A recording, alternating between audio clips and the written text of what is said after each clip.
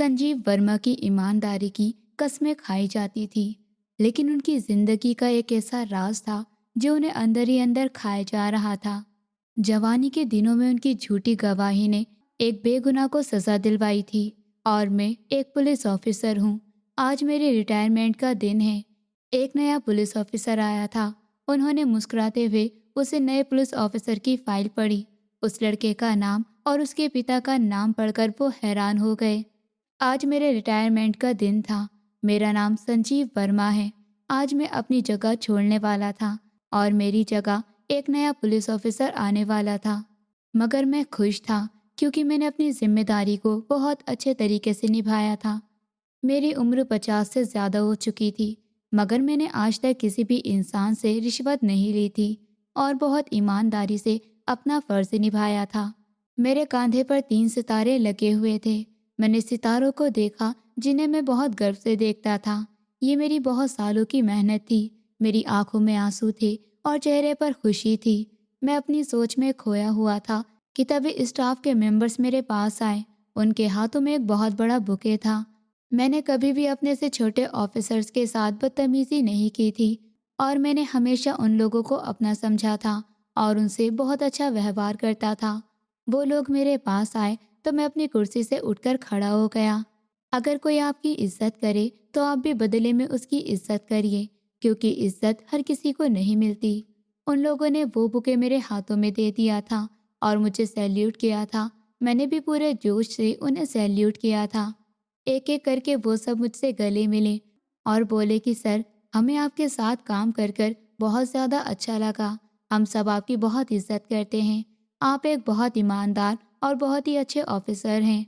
मैं तो अब यहाँ अपनी ड्यूटी कर रहा हूँ, पर इससे पहले कहीं और भी मैंने आप जैसा ऑफिसर नहीं देखा। मैं भी आपकी तरह बनना चाहता हूँ। मैं आपको अपना एल्डर मानता हूँ। मैं कभी रिश्वत नहीं लूँगा और ना ही कभी किसी के साथ भी नाइंसाफ़ी होने दूँगा। और फिर दूसरा ऑफिसर बोला, लोग आपकी ईमानदारी की कस्में खाते हैं। हम सब आपके बिना क्या करेंगे, ये सोचकर हम परेशान होते हैं। आपकी जगह अगर कोई गलत ऑफिसर आ गया तो हम क्या करेंगे? मैं थोड़ा सा मुस्कुराते हुए बोला, आप सबकी बातें सुनकर मुझे बहुत अच्छा लग रहा है। आप लोग जितनी मेरी तारीफ कर रहे हैं, मैं उतना भी अच्छा नहीं हूँ। और आप सब ऐसा मत सोचिए, अच्छे की उम्मीद कीजिए। कहते हैं, अगर हम अच्छा सोचते हैं तो अच्छा ही होता है। अगर हम गलत सोचते हैं तो बहुत बार हमारे साथ वही हो जाता है। इसलिए हमारे लिए यही ठीक होता है कि हम अच्छा सोचें और अच्छा ही होगा। और इस बुके के लिए आप सबका धन्यवाद। वैसे इसकी ज़रूरत नहीं थी। फिर तीसरा ऑफिसर बोला, सर, इसकी ज़रूरत थी। हमने आज तक आपके लिए कुछ नहीं किया है और आज आपका रिटायरमेंट डे है और इतना करना तो हमारा फ़र्ज़ बनता है और हम सब मिलकर आपको एक बहुत अच्छी पार्टी देना चाहते हैं। बस आप जिस दिन फ्री हो हमें बता दीजिएगा। मैंने मुस्कुराते हुए उनसे कहा, तुम सब इतना परेशान मत हो, इन सब की कुछ ज़रूरत नहीं है। तो उन्होंने कहा, सर, इसमें परेशान होने वाली कोई बात नहीं है। हम ये सब अपनी खुशी से करना चाहते हैं। इतना कहकर वो सब वहाँ से चले गए और मैं अपनी कुर्सी पर हाथ रखकर ये सोचने लगा, अब मेरे पास ना ये कुर्सी होगी और ना ही ये कमरा। ये सोचकर मेरी आंखों में आंसू आ गए थे। एक ऑफिसर ने कहा था, लोग आपकी ईमानदारी की कस्में खाते हैं। क्या मैं सच में इतना ईमानदार ऑफिसर था? क्या मैंने सच में अपनी ड्यूटी को इतनी ईमानदारी से निभाया था? लेकिन फिर एक पल के लिए मैं 15 साल पीछे चला गया था। आज सुबह से ही मुझे बेचैनी हो रही थी। जवानी के दिन सभी के ऐसे होते हैं। कुछ जवान लोग अपनी जवानी का नाजायज़ फ़ायदा नहीं उठाते और कुछ जवान अपनी जवानी का नाजायज़ फ़ायदा उठाते हैं। मैं शीशे में खड़े होकर खुद को देख रहा था और मैंने अपने बाल सेट किए और कमरे के बाहर आ गया था। इस वक्त मेरे कंधों पर 2 सितारे थे। मैं एक सब इंस्पेक्टर था। मैं कमरे से बाहर निकलकर हॉल में आया था। वहाँ पर मेरे पिताजी बैठे हुए थे। वो रिटायर हो गए थे। वो भी एक पुलिस ऑफिसर थे। मैं उनके पास जाकर बैठ गया था। वो मेरे कंधों पर 2 सितारे देखते हुए बोले, कुछ दिन बाद तुम इंस्पेक्टर बन जाओगे और मुझे उस दिन का बहुत बेसब्री से इंतज़ार है। मगर उससे पहले मैं तुम्हें एक बात बताना चाहता हूँ। मुझे एक बात सोचकर बहुत बेचैनी हो रही है। मैंने उनकी तरफ देखा और उनसे कहा, क्या बात है पिताजी, मुझे बताइए। तुम्हें इसी साल में कुछ दिनों बाद इंस्पेक्टर बना दिया जाएगा और फिर तुम्हारे कांधों पर 3 सितारे होंगे। और तुम्हें इस बात की खुशी होनी चाहिए, गुरूर नहीं। मैं ये नहीं कह रहा तुम खुश मत हो, मैं बस इतना कह रहा हूँ कि तुम गुरूर मत करना। इंसान को कभी भी किसी के साथ गलत नहीं करना चाहिए और ना ही कभी किसी के ऊपर बेवजह जुल्म करना चाहिए। मैं जानता हूँ मेरा बेटा बहुत ईमानदार है और मैं ये भी जानता हूँ कि मेरा बेटा हमेशा अपनी ड्यूटी को ईमानदारी से निभाएगा। कभी ऐसा हो कि तुम्हें लाखों की रिश्वत मिले या करोड़ों की रिश्वत, लेकिन तुम सच का साथ देना, क्योंकि सच का साथ देने वाले के साथ कभी कुछ गलत नहीं होता। आज तुम झूठ बोलकर रिश्वत ले लोगे, मगर जब तुम रिटायर होगे तब तुम्हारे अंदर की इंसानियत तुम्हें झंझोड़ देगी। जब तुम रिटायर होगे, क्या तुम खुश होगे? क्या तुम्हारे अंदर की इंसानियत तुम्हें खुश होने देगी? मैं खुद एक रिटायर ऑफिसर हूँ। मैं ये नहीं कहता कि मैंने अपनी सारी ज़िंदगी ईमानदारी से ड्यूटी की है, लेकिन हाँ, मैं इतना कह सकता हूँ कि मैंने कभी किसी से रिश्वत नहीं ली और ना ही कभी किसी बेगुनाह को हवालात के अंदर डाला, कभी किसी के साथ कुछ गलत नहीं किया। हाँ, मैं कभी कभार छुट्टी ज़रूर कर लेता था और कभी ऐसा होता था कि मैं टाइम पर पहुँच ही नहीं पाता था, लेकिन मैंने कभी किसी के साथ बदतमीज़ी नहीं की और ना ही मैंने कभी किसी बेगुनाह की ज़िंदगी को बर्बाद किया। और मुझे इस बात पर गर्व है, मुझे यकीन है जब तुम भी रिटायर होगे तो तुम भी इस बात पर गर्व करोगे। मैंने उनकी तरफ देखते हुए हाँ में सर हिलाया था। आप इस बात से बेफिक्र हो जाइए कि मैं कभी किसी बेगुनाह के साथ कुछ गलत करूँगा या होने दूंगा। मैं अपनी ड्यूटी को ईमानदारी से करूँगा। मैं कभी भी आपको या अपनी ड्यूटी को धोखा नहीं दूंगा। वो दिन मेरी ज़िंदगी का आखिरी दिन होगा जब मैं किसी बेगुनाह के साथ ना इंसाफ़ी करूँगा। हम पुलिस ऑफिसर हैं और पब्लिक की सिक्योरिटी करना हमारा फ़र्ज़ है। उनके साथ इंसाफ करना और किसी बेगुनाह के साथ ना इंसाफ़ी होने देना, ये भी हमारा फ़र्ज़ है।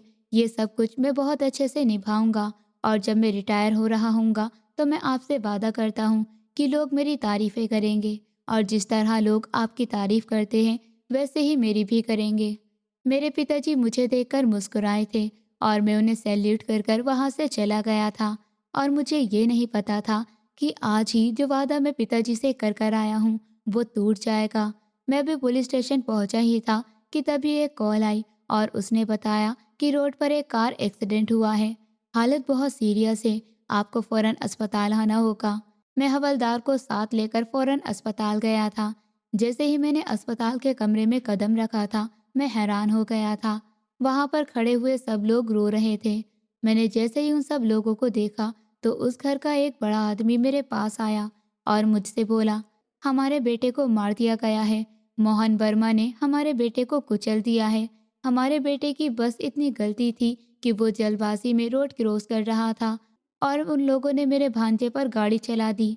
वो 4 बहनों का इकलौता भाई था और इस बच्चे के सदमे में इसके बाप को हार्ट अटैक आ गया है और वो भी आईसीयू में एडमिट है। उस आदमी की वजह से हमारा पूरा खानदान बर्बाद हो गया है।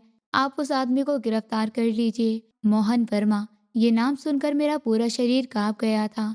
वैसे तो इस वक्त मैं ज्यादा ताकतवर था, लेकिन जिस इंसान के पास पैसा हो वो कुछ भी कर सकता है और केस को किसी भी तरफ घुमा सकता है। लेकिन मैंने सारी पूछताछ की थी और फिर मैं मोहन वर्मा के घर चला गया था। लेकिन मैं इस तरह अचानक से उनके घर नहीं जा सकता था, क्योंकि वो एक बहुत जालिम इंसान था। मैंने सब कुछ अपने सीनियर ऑफिसर को बताया था और उनसे पूछा था कि क्या मैं सच में उसको अरेस्ट करने चला जाऊं, तो उन्होंने मुझसे कहा था कि तुम ऐसा करने की कोई ज़रूरत नहीं है, तुम चुपचाप पुलिस स्टेशन आ जाओ। मैं थोड़ा घबरा गया था और थोड़ा परेशान भी था। मैं पुलिस स्टेशन आया ही था कि एक लड़के को जेल में बहुत ही बुरी तरीके से पीटा जा रहा था और एक तरफ वही मोहन वर्मा बैठा हुआ था। उसको देखकर मेरी सांस रुक गई। वो मुस्कुराते हुए मेरी तरफ आया। उसने मेरे कंधे को थपथपाते हुए मेरे माथे से बाल हटाए और मुझसे बोला, तुम मुझे गिरफ्तार करना चाहते थे। उस लड़के का मर्डर मैंने ही किया है। वो लड़का मेरी बेटी को छेड़ना चाहता था। उसकी हिम्मत तो देखो कि वो मेरी बेटी को छेड़ना चाहता था। इसीलिए मैंने उसे अपनी गाड़ी से कुचल दिया था। और अब ये जो लड़का हवालात में मार खा रहा है, इसका नाम महेश है। ये आदमी भी मेरी बेटी के पीछे पड़ा हुआ था। तो मैं चाहता हूँ कि एक तीर से दो शिकार हो जाए। इसको भी सज़ा मिल जाएगी। और जिस टाइम एक्सीडेंट हुआ था, ये मेरे साथ कार में बैठा हुआ था। हाँ, ये सच है कि इसने कुछ नहीं किया, लेकिन मेरी बेटी इसकी वजह से बहुत रोई है। इसने मेरी बेटी को छोड़कर किसी और से शादी कर ली और इसका एक बेटा भी है, और तुम कोर्ट में इसके खिलाफ गवाही दोगे। और अगर तुमने ऐसा नहीं किया, याद रखना तुम्हारे कांधे पर कोई सितारा नहीं रहेगा और ना ही तुम्हारे शरीर पर ये वर्दी, और तुम्हारे हाथ पैर भी तोड़ दिए जाएंगे। उस वक्त मैं बिल्कुल खामोश हो गया था और मेरे पास कहने के लिए कुछ भी नहीं था। मैंने आज ही अपने पिताजी से वादा किया था कि मैं किसी बेगुनाह को सजा नहीं होने दूंगा और ना ही कभी उनका सर झुकने दूंगा, ना ही कभी कुछ गलत करूंगा। मैं इतना सोच ही रहा था कि वो पुलिस स्टेशन से चला गया था। इंसान कभी कभी बहुत बेबस हो जाता है। मैं तभी अपने सीनियर ऑफिसर के पास गया था और मैंने उन्हें सब कुछ बताया था, और वो मेरी तरफ देखते हुए बोले, वो जो कहकर गया है तुम वही करो, हम सब मजबूर हैं। तुम्हारे साथ साथ मेरी वर्दी भी उतार दी जाएगी, और अगर ऐसा हुआ तो याद रखना मैं तुम्हें नहीं छोड़ूंगा। मोहन वर्मा कोई आम इंसान नहीं है, वो बहुत खतरनाक है। अच्छा यही होगा कि हम सब उसकी बात मान लें। मैं वहां से आकर अपनी टेबल पर बैठ गया था।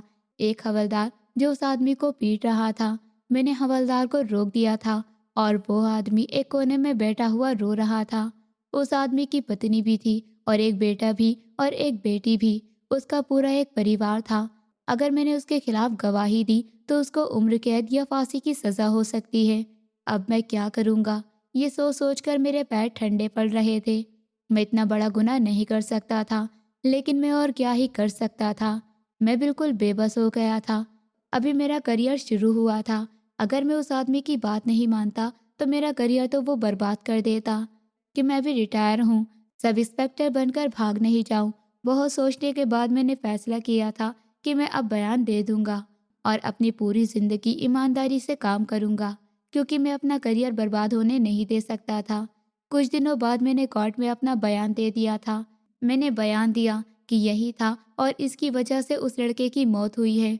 वो रो रो कर चीख चीख कर कहता रहा कि नहीं, मैंने ऐसा नहीं किया है, मैंने ऐसा नहीं किया है।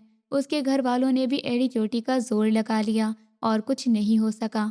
लेकिन मैंने अपने पिताजी की मदद लेकर रिक्वेस्ट करवाई कि उस आदमी को फांसी की सज़ा नहीं दी जाए, उसे उम्र कैद की सज़ा हो जाए।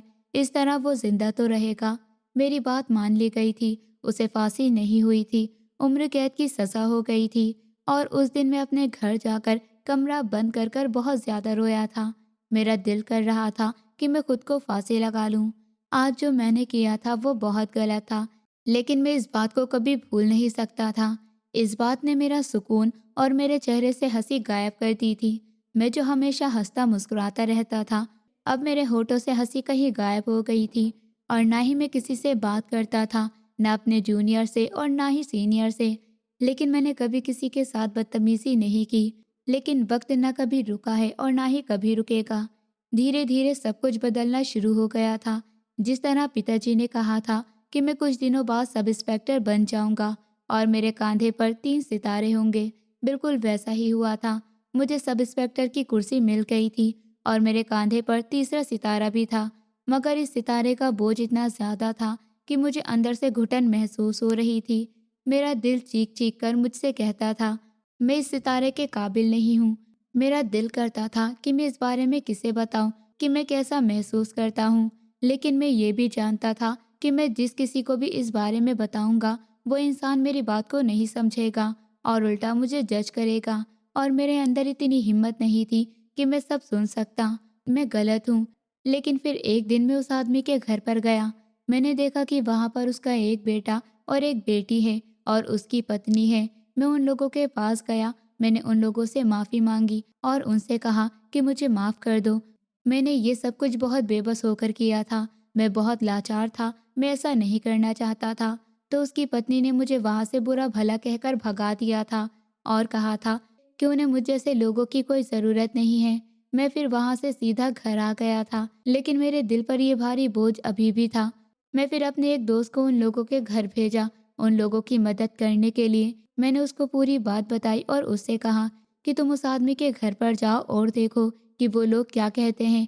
वो उन लोगों के घर पर गया और उसने उस आदमी की पत्नी से बात की और कहा कि मैं आपकी मदद करना चाहता हूँ। उसकी पत्नी ने मेरे दोस्त को अपने घर के हालात बताए और बताया कि मेरे पति बेगुनाह हैं, उन्होंने कुछ नहीं किया है, उन्हें झूठे केस में फंसाया गया है और हम बहुत परेशान हैं। हम किसी को मुँह दिखाने के काबिल नहीं रहे। मोहल्ले वाले हमें ताना देते हैं कि मेरे पति खूनी हैं। मेरे पास इतने पैसे भी नहीं हैं कि मैं अपने बच्चों को पढ़ा सकूं। फिर वो मेरे पास आया और उसने मुझे बताया कि उन लोगों के घर के हालात बहुत बुरे हैं। फिर मैंने उससे कहा कि तुम उनके बच्चों का स्कूल में एडमिशन करवा दो, उनके घर पर राशन भरवा दो और तुम्हें पैसे मैं दे दूंगा। और इसी तरह मैं उनकी मदद करता रहा और वक्त बहुत तेज़ी से गुजरा जा रहा था। हफ्ते महीनों में और महीने सालों में गुजरते चले गए थे और अब मेरा ट्रांसफ़र हो गया था। मैं इंस्पेक्टर से एसपी बन गया था। मुझे लग रहा था कि सब कुछ मुझे मेरी मेहनत से मिल रहा है और मैं हैरान भी था कि मैं इतनी जल्दी इंस्पेक्टर से एसपी बन गया। और फिर 2 साल बाद मैं राजेश से मिला। वो मेरे सीनियर ऑफिसर थे। उन्होंने मुझे बताया तो मैं ये सुनकर हैरान हो गया कि मुझे इतनी जल्दी जल्दी तरक्की उनकी वजह से मिल रही। वो मुझसे कह रहे थे कि तुमने मेरा उस वक्त साथ दिया था जब तुमने ड्यूटी करना ज्वाइन किया था, और उस वक्त इंसान ईमानदार होने का ड्रामा करता है, लेकिन तुमने उस वक्त मेरा साथ दिया था और तुम्हें ईमानदारी दिखाई थी। इसलिए मैं हमेशा तुम्हारा साथ दूंगा और जिस तरह से भी मैं तुम्हारी मदद कर सकूं, मैं तुम्हारी मदद करने की पूरी कोशिश करूंगा। ये बात सुनकर मुझे बहुत दुख हुआ था कि मुझे अब तक जो भी मिला है वो सब मेरी मेहनत की वजह से नहीं मिला है। उन्होंने मुझसे कहा था कि एसपी बनने के बाद अब तुम्हें जो भी पोस्ट मिलेगी वो तुम्हारा नसीब होगा और बाकी जो मुझसे होगा मैं वो तुम्हारे लिए कर दूंगा और तुम्हारे लिए हमेशा खड़ा रहूंगा। मैंने उनकी इस बात का कोई जवाब नहीं दिया था क्योंकि मुझे सब कुछ अपनी मेहनत से करना था और मुझे ये भी एक बोझ लग रहा था। और फिर धीरे धीरे करके वक्त गुजरता चला गया और इस बार मैं अपनी मेहनत से एसपी से एसएसपी बना दिया गया था और मुझे इस बात की खुशी थी। इसीलिए मैंने एक छोटी सी पार्टी रखी थी और अपने पूरे स्टाफ को और रिश्तेदारों को बुलाया था। सब लोगों ने मिलकर मुझे मुबारकबाद दी थी। यहाँ से मेरा गोल्डन टाइम शुरू हो गया था और मैं पहले का सब कुछ भूलकर आगे बढ़ गया था। और पहले के बारे में याद करके रोना गलत है। और मैंने अब ये फैसला किया था कि मैं अब एसएसपी बन गया हूँ और मैं कभी किसी गुंडे से नहीं डरूंगा, चाहे वो कितना बड़ा आदमी क्यों ना हो। अगर वो गलत करेगा तो उसको सज़ा ज़रूर मिलेगी। कहते हैं ना, जब हम अपना दिल साफ कर लेते हैं और ईमानदारी से अपना काम करते हैं तो फिर हमारे साथ कभी कुछ गलत नहीं होता। मेरे साथ भी ऐसा ही हुआ था। मेरे सामने अब कोई भी ऐसा आदमी नहीं आया था जिससे मुझे डरना पड़ता और ऊपर वाले ने मुझे इतनी इज्जत दी थी कि मैं एसएसपी से कमिश्नर बन गया था। लेकिन मैं यहाँ तक बहुत ही परेशानियों से गुजर कर आया था। पूरे 4 साल के बाद मैं आज कमिश्नर बन चुका था और मैंने जो खुद से वादा किया था मैंने उसे भी पूरा किया था। मगर उस बात को सोचकर आज भी दुख होता है कि मैंने अपनी जवानी में एक बेगुनाह को सज़ा दिलवाई थी और मैं ये बात कभी नहीं भूल सकता था। लोग मेरी बहुत तारीफ करते थे। भले ही मुझे थोड़े टाइम में बहुत ज़्यादा तरक्की मिल गई थी, लेकिन उसके बाद भी मुझे सुकून नहीं था और ना ही मैं खुश था। कभी कभी मैं सोचता था कि मैं उस बेगुनाह इंसान को जेल से छुड़ा दूं, लेकिन फिर मैं डरता था कि अगर मैंने ऐसा कुछ किया तो कहीं ऐसा ना हो कि मैं सस्पेंड कर दिया जाऊं और मेरी बहुत ज़्यादा बदनामी हो जाती। इसीलिए मैं चुप रहा और फिर इसी तरह कुछ दिन गुजरते रहे। आज का दिन मेरी ज़िंदगी का सबसे अजीब और सबसे भारी दिन था।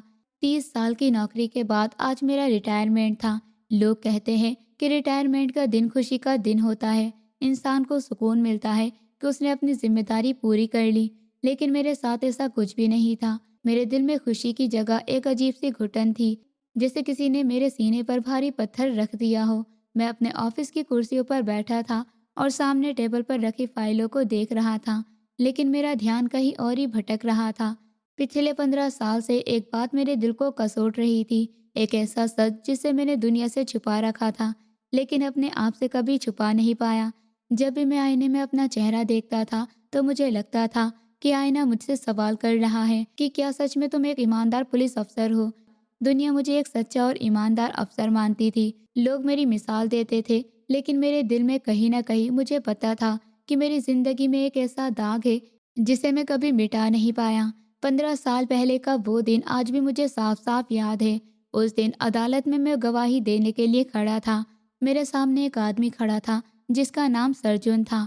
उसकी आंखों में डर नहीं था, बल्कि एक अजीब सा भरोसा था, जैसे उसे यकीन हो कि सच जीत जाएगा। लेकिन उस दिन सच नहीं जीता था।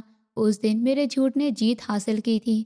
मैंने अदालत में झूठी गवाही दी थी। मैंने कहा था कि मैंने अपनी आंखों से देखा है कि वही आदमी अपराधी है। मेरी गवाही इतनी मजबूत थी कि अदालत को उस पर शक करने की कोई वजह नहीं मिली। जज ने फैसला सुनाया और सरजून को उम्र कैद की सजा हो गई। उस वक्त अदालत में सन्नाटा छा गया था। सरजून ने मेरी तरफ देखा था। उसकी आंखों में एक सवाल था, एक दर्द था। उसने कुछ नहीं कहा, बस मुझे देखता रहा। उस एक नज़र ने मुझे अंदर तक हिला दिया था। मुझे लगा जैसे उसने मेरी आत्मा को पढ़ लिया हो, लेकिन उस वक्त मैं चुप रहा। मैं कुछ नहीं बोला। मेरे अंदर डर था। अगर मैं सच बोल देता तो मेरी नौकरी चली जाती, मेरी इज्जत मिट्टी में मिल जाती, मैं कहीं मुंह दिखाने के काबिल नहीं रहता। यही सोचकर मैंने अपने दिल को समझा लिया और चुपचाप अपनी जिंदगी जीता रहा। लेकिन सच ये है कि वो झूठ मेरे दिल में हमेशा जिंदा रहा। आज जब मैं अपनी कुर्सी पर बैठा था तो मुझे लग रहा था कि अब और नहीं, अब मैं इस बोझ के साथ नहीं जी सकता। मैंने फैसला कर लिया था कि आज मैं जेल जाऊंगा और उस सर्जुन से मिलकर उससे माफ़ी मांगूंगा। चाहे वो मुझे माफ़ करे या ना करे, लेकिन मुझे अपने दिल का बोझ हल्का करना ही था। मैंने तुरंत हवलदार को फ़ोन किया और उससे कहा कि जेल में उस कैदी से मिलने का इंतज़ाम कर दो, लेकिन इस बात का पता किसी को नहीं चलना चाहिए। उसने कहा कि ठीक है सर, मैं सब इंतज़ाम कर देता हूँ। फ़ोन रखने के बाद मैं अपनी कुर्सी से उठा और बाहर निकलने लगा। मेरा दिल तेज़ी से धड़क रहा था, जैसे मैं किसी बड़ी सच्चाई का सामना करने जा रहा हूँ। मैं अपनी गाड़ी में बैठने ही वाला था कि तभी एक हवलदार तेजी से मेरी तरफ आया। उसने सलाम करते हुए कहा, सर, आपसे एक ऑफिसर मिलना चाहता है। मैंने घड़ी की तरफ देखा। मेरे पास ज़्यादा समय नहीं था, लेकिन फिर भी मैंने कहा ठीक है, उसे मेरे ऑफिस में भेज दो। मैं वापस अपने ऑफिस में जाकर कुर्सी पर बैठ गया। कुछ ही देर बाद दरवाज़ा खुला और एक नौजवान अंदर आया। जैसे ही मैंने उसे देखा, मेरी नज़र कुछ पल के लिए उसी पर टिक गई। वो लगभग 26 या 27 साल का होगा। लंबा कद, चौड़ा सीना, मजबूत शरीर और चेहरे पर आत्मविश्वास साफ दिखाई दे रहा था। उसकी वर्दी एकदम साफ और सलीके से पहनी हुई थी। वो देखने में बहुत ही शानदार और हैंडसम लग रहा था। जैसे ही वो मेरे सामने आकर खड़ा हुआ, उसने पूरे जोश के साथ सलाम किया। जय हिंद सर। उसके सलाम में एक अजीब सा जोश था। मैंने भी उसे जोश के साथ जवाब दिया, जय हिंद। मैं अपनी कुर्सी से उठा और उसके पास जाकर उसके कंधे पर हाथ रखा। मुझे उसे देखकर सच में खुशी हो रही थी। नई पीढ़ी के ऐसे जवान ऑफिसर देखकर हमेशा गर्व महसूस होता था। मैंने मुस्कुराते हुए उससे कहा, तो तुम यहाँ नई ड्यूटी ज्वाइन करने आए हो? उसने सर हिलाकर कहा, जी सर। मैंने कहा, अच्छी बात है, मैं तुम्हें एक सलाह देना चाहता हूँ। मेरी बात सुनकर उसने हल्की सी मुस्कान दी और बोला, सर, आप मुझे सलाह देने से पहले मेरी ये फाइल पढ़ लीजिए। उसने अपनी फाइल मेरे टेबल पर रख दी। मैंने आराम से फाइल खोली और पढ़ना शुरू किया। लेकिन जैसे ही मेरी नज़र फाइल के अंदर लिखे नाम पर पड़ी, मेरे हाथ कांपने लगे। उसका नाम राहुल था और पिता का नाम महेश। मेरे पैरों के नीचे से ज़मीन खिसक गई। मेरी सांस जैसे रुक गई। उस फाइल में लिखा नाम देखकर मैं पत्थर की तरह खड़ा रह गया। उस फाइल में लिखा नाम, आर्यन सरजून, मेरे दिमाग में जैसे बिजली गूंज गई। मैंने धीरे धीरे सर उठाकर उस नौजवान की तरफ देखा। अब मुझे सब समझ में आ गया था कि वही लड़का था, उस आदमी का बेटा जिसे मैंने 15 साल पहले झूठी गवाही देकर जेल भिजवा दिया था। आज वही लड़का मेरे सामने पुलिस ऑफिसर बनकर खड़ा था। मेरे हाथ से फाइल लगभग गिर ही रही थी। वो मेरी आंखों में देख रहा था। उसकी आंखों में गुस्सा था, दर्द था और एक अजीब सी ठंडक भी। उसने धीरे से कहा, तो सर, अब आप मुझे क्या सलाह देंगे? उसकी आवाज़ में एक कड़वाहट थी। फिर वो थोड़ा आगे झुका और बोला, मैं आप जैसे पुलिस ऑफिसर की सलाह नहीं सुनता। दुनिया आपको एक ईमानदार और महान अफसर समझती है।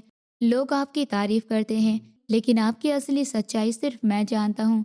आपने मेरे बेगुनाह बाप को जेल भिजवाया है।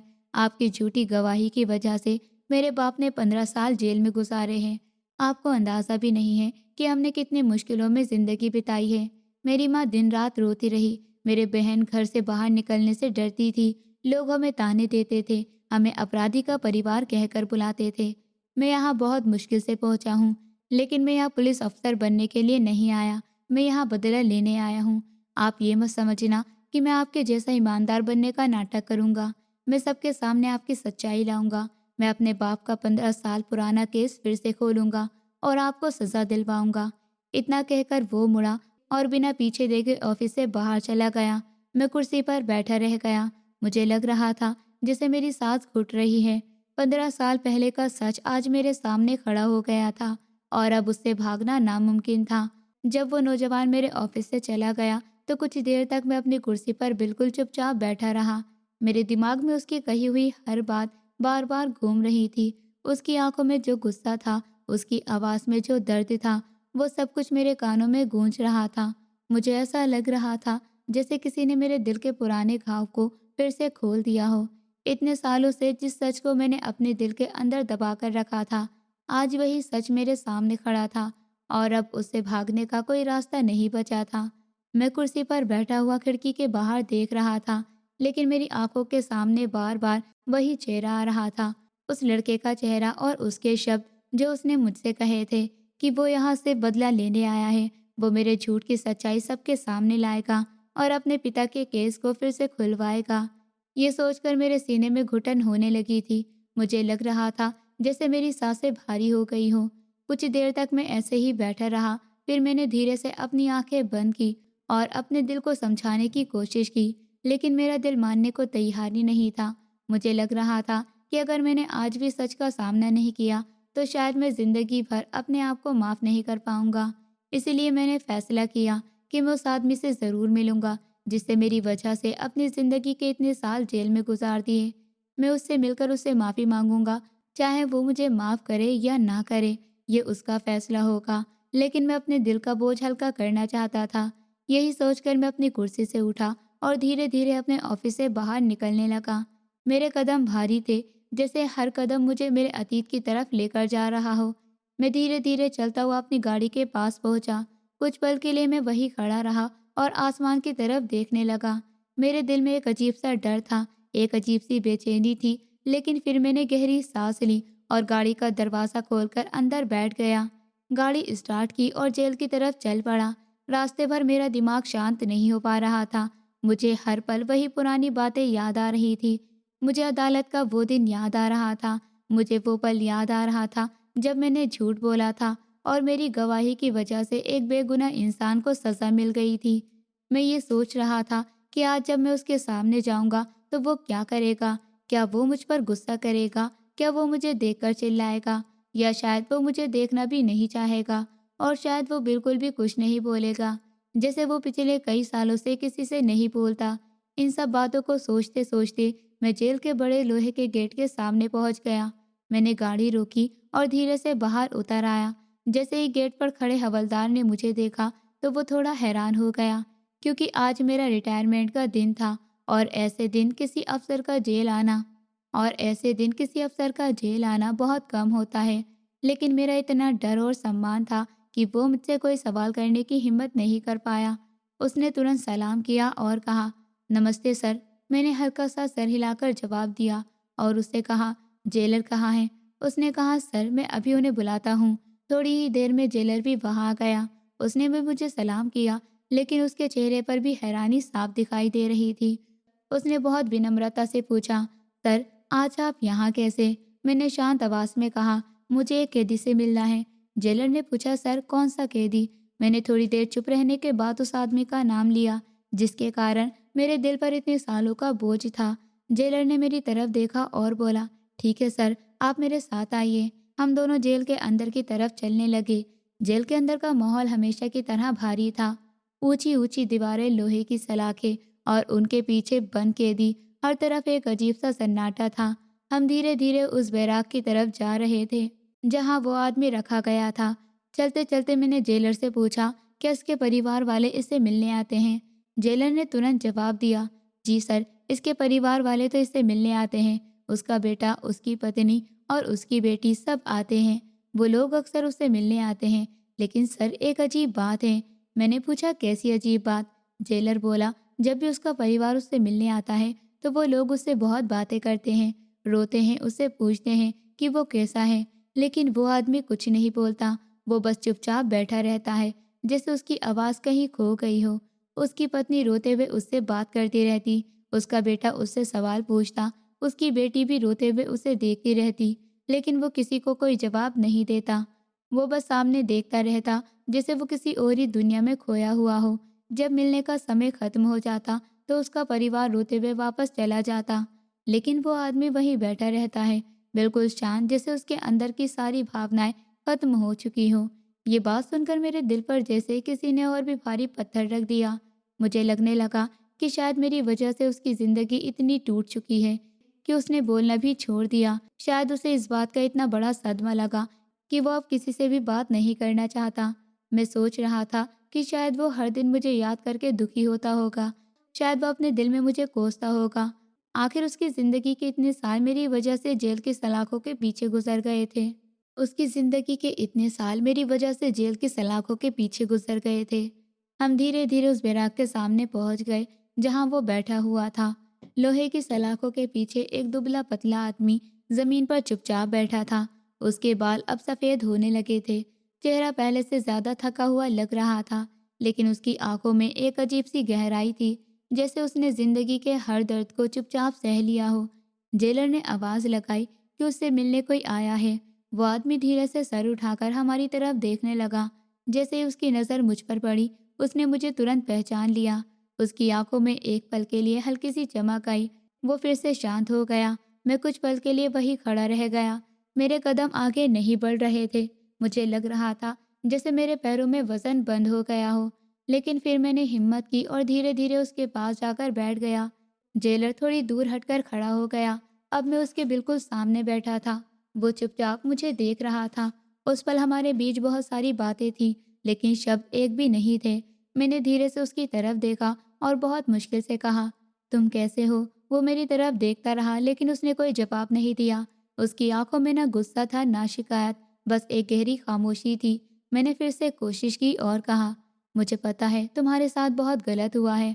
मैं इतने सालों से इस बो मैं इतने सालों से इस बोझ के साथ जी रहा हूँ। आज मैं तुमसे मिलने इसलिए आया हूँ क्योंकि मैं तुमसे कुछ कहना चाहता हूँ। मैं चाहता हूँ कि तुम मेरी बात सुनो। वो अब भी चुप था, लेकिन उसकी नजरें मेरे चेहरे पर टिकी हुई थी, जैसे वो मेरे दिल के अंदर झांक रहा हो। मैंने धीरे से कहा, मैं जानता हूँ कि मेरी वजह से तुम्हारी जिंदगी के इतने साल इस जेल में गुजर गए और शायद तुम्हारे दिल में मेरे लिए बहुत गुस्सा होगा, लेकिन आज मैं तुम्हारे सामने सच बोलने आया हूँ। ये कहते हुए मेरी आवाज़ कांपने लगी थी। मुझे लग रहा था जैसे मेरे अंदर दबा हुआ दर्द बाहर आने वाला है। मैं उसकी तरफ देख रहा था और उससे बात शुरू करने की कोशिश कर रहा था, ताकि मैं उसे सब कुछ सच सच बता सकूं और अपने दिल का वो भारी बोझ हल्का कर सकूं, जो मुझे इतने सालों से चैन से जीने नहीं दे रहा था। फिर वो आदमी कुछ ही देर तक चुपचाप मेरी तरफ देखता रहा। उसकी आंखों में एक अजीब सी थकान और गहराई थी, जैसे उसने अपने दिल में बहुत सालों से बहुत कुछ दबा कर रखा हो। फिर उसने धीरे से मुझसे पूछा कि क्या आपको सच में लगता है कि मैं बेगुनाह हूँ और मैंने कुछ नहीं किया? लेकिन सच्चाई ये है कि आप नहीं जानते, और सच तो ये है कि इस दुनिया में कोई भी सच्चाई को नहीं जानता। सब लोग यही समझते हैं कि मेरे साथ बहुत बड़ा अन्याय हुआ है और मुझे झूठे केस में फंसा दिया गया है। लेकिन असली सच ये है कि मैं यहाँ सिर्फ मजबूरी में नहीं हूँ, बल्कि मैं खुद इस सज़ा को अपनी गलती की सज़ा समझकर भुगत रहा हूँ। ये कहते हुए उसकी आवाज़ बहुत धीमी और भारी हो गई, जैसे उसके दिल में बहुत सालों से दबा हुआ दर्द बाहर आने लगा हो। वो कुछ पल के लिए चुप हुआ और फिर धीरे धीरे अपनी कहानी बताने लगा। उसने कहा कि बहुत साल पहले वो एक लड़की को बहुत प्यार करता था और वो लड़की भी उससे बहुत ज़्यादा प्यार करती थी। दोनों एक दूसरे को सच्चे दिल से चाहते थे और दोनों को लगता था कि एक दिन वो हमेशा के लिए साथ रहेंगे, लेकिन उनकी किस्मत में शायद ये लिखा ही नहीं था। वो लड़की बहुत अमीर घर की थी और वो एक साधारण और गरीब परिवार से था। लड़की के पिता बहुत बड़े और अमीर आदमी थे, जिनका नाम मोहन वर्मा था, और वो अपनी बेटी की शादी एक गरीब लड़के से कभी नहीं करना चाहते थे। जब उन्हें इस रिश्ते के बारे में पता चला तो उन्होंने बहुत गुस्सा किया और साफ कह दिया कि ये शादी कभी नहीं हो सकती। उन्होंने अपनी बेटी को भी बहुत समझाया और उसे मुझसे दूर रहने को कहा। उधर उसके अपने पिता ने भी उसे समझाया और कहा कि हमारे और उनके घर की कोई बराबरी नहीं है। हम इतने बड़े घर में अपनी शादी नहीं कर सकते। ये रिश्ता कभी सफल नहीं होगा। उस समय वो बहुत दुखी हुआ था, लेकिन वो अपने परिवार के सामने कुछ नहीं कह पाया। घर वालों के दबाव में आकर उसकी शादी किसी और लड़की से कर दी गई, जो बहुत सीधी और समझदार थी। उसने अपनी नई जिंदगी शुरू करने की कोशिश की। उसने सोचा कि अब उसे अपने अतीत को भूल जाना चाहिए और नई जिंदगी शुरू करने की कोशिश की। उसने सोचा कि अब उसे अपने अतीत को भूल जाना चाहिए और अपने परिवार की जिम्मेदारी निभानी चाहिए। समय बीतने लगा और धीरे धीरे उसके घर में खुशियां भी आने लगी। उसके घर में 2 बच्चे हुए, एक बेटा और एक बेटी। उसने अपने बच्चों के साथ अपनी जिंदगी को आगे बढ़ाने की कोशिश की, लेकिन वो अमीर लड़की उसे भूल नहीं पा रही थी। वो उससे बहुत ज्यादा प्यार करती थी और बार बार उससे मिलने की कोशिश करती थी। कभी फोन करती, कभी रास्ते में आकर उससे बात करने की कोशिश करती, कभी उसे समझाती कि वो उसे छोड़कर किसी और के साथ कैसे रह सकता है। वो उससे कहती थी कि वो अपने दिल की सुने और उसके पास वापस आ जाए। लेकिन अब वो एक पति और एक पिता बन चुका था। उसके घर में उसकी पत्नी थी और उसके बच्चे भी थे, इसीलिए वो उस लड़की के पास नहीं जा सकता था। फिर भी वो लड़की उसका पीछा नहीं छोड़ रही थी। वो उसे हर हाल में पाना चाहती थी। वो बहुत अमीर थी, इसीलिए वो उसकी मदद भी करती रहती थी। कभी उसे पैसे देती, कभी उसकी ज़रूरत का ध्यान रखती, कभी उसके परिवार के बारे में पूछती और हर बार उससे यही कहती कि तुम अपनी पत्नी और बच्चों को छोड़ दो और मेरे पास वापस आ जाओ। मुझसे शादी कर लो, मैं तुम्हें दुनिया की सारी दौलत दे दूंगी। तुम्हें ज़िंदगी में कभी किसी चीज़ की कमी नहीं होने दूंगी। वो आदमी ये सब बताते हुए बहुत दुखी दिखाई दे रहा था।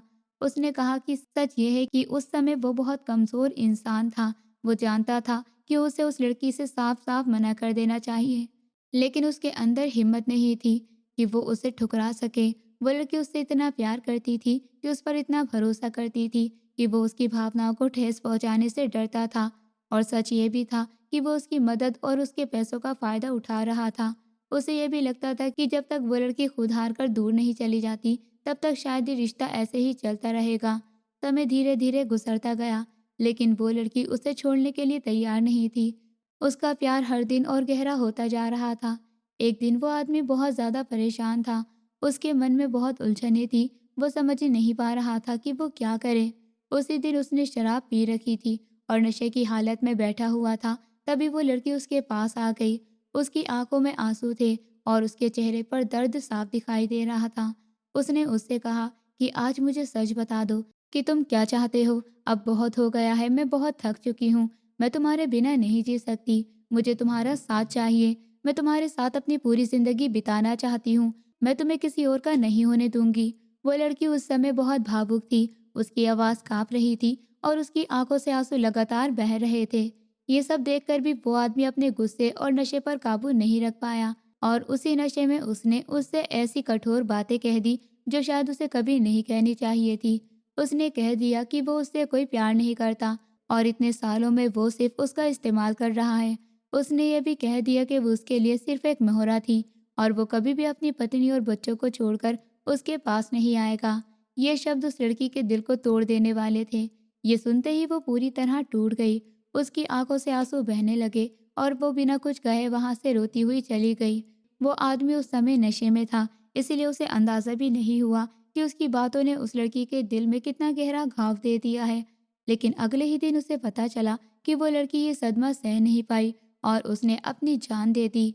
जब ये खबर उसके पिता मोहन वर्मा को मिली तो वो पूरी तरह टूट गए थे। अपनी बेटी की मौत का दुख और गुस्सा दोनों उनके अंदर भर गया था।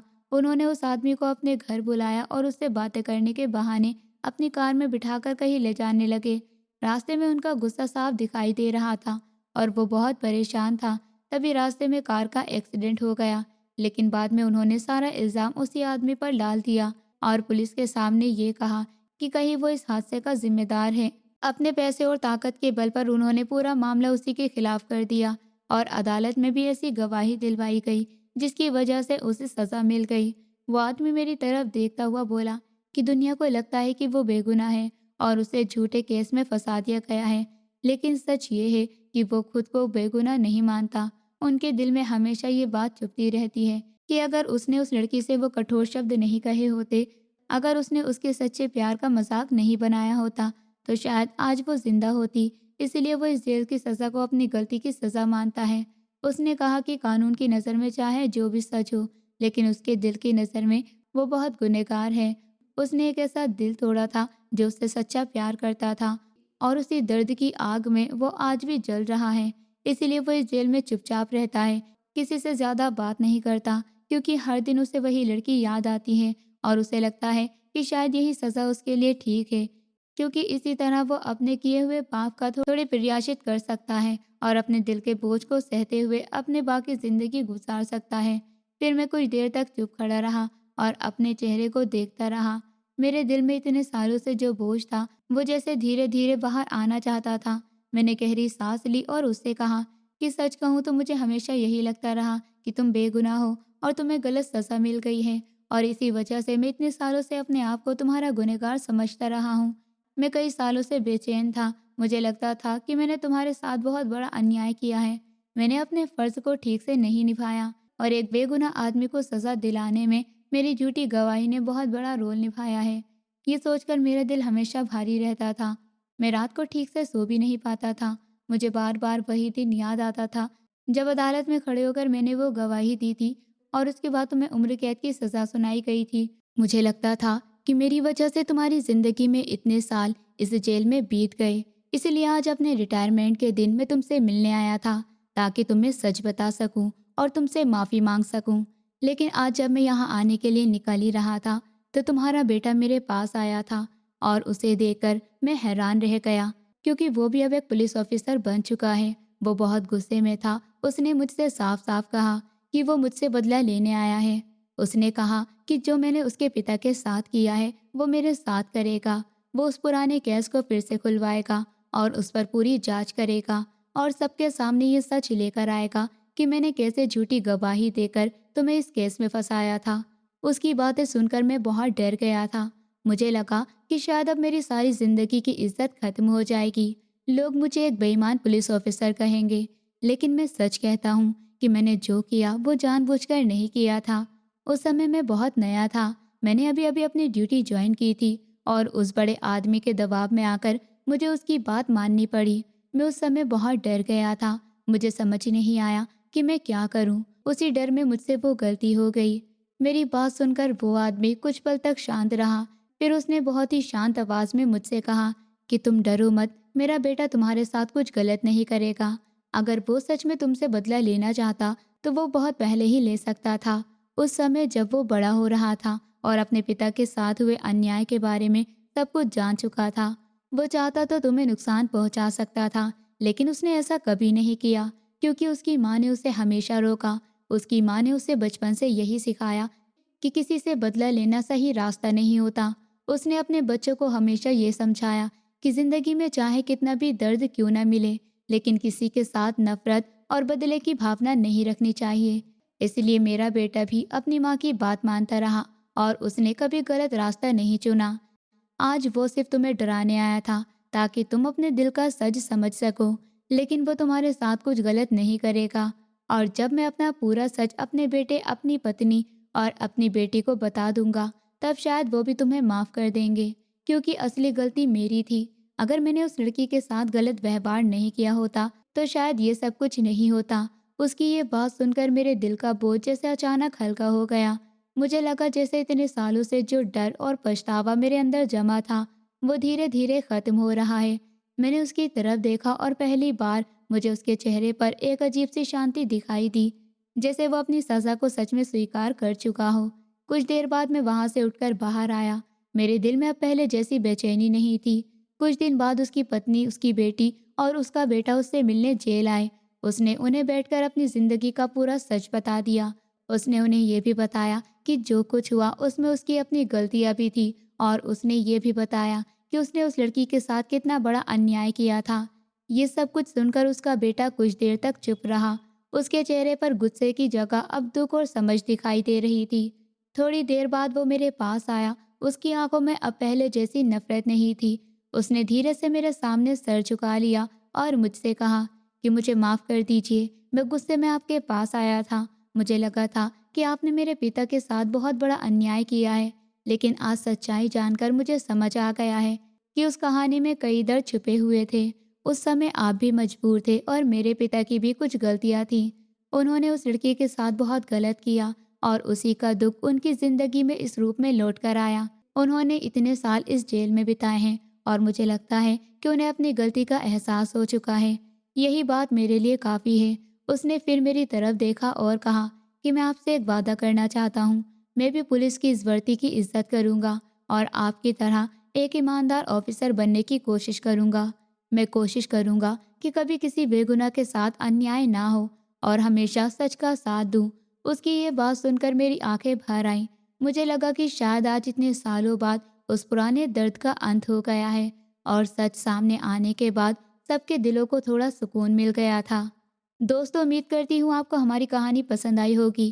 कहानी पसंद आई है तो वीडियो को लाइक करें, चैनल पर नए हैं तो चैनल को सब्सक्राइब करें और हाँ, नोटिफिकेशन बेल को ज़रूर दबाएं ताकि अगली अपडेट सबसे पहले आपको मिले।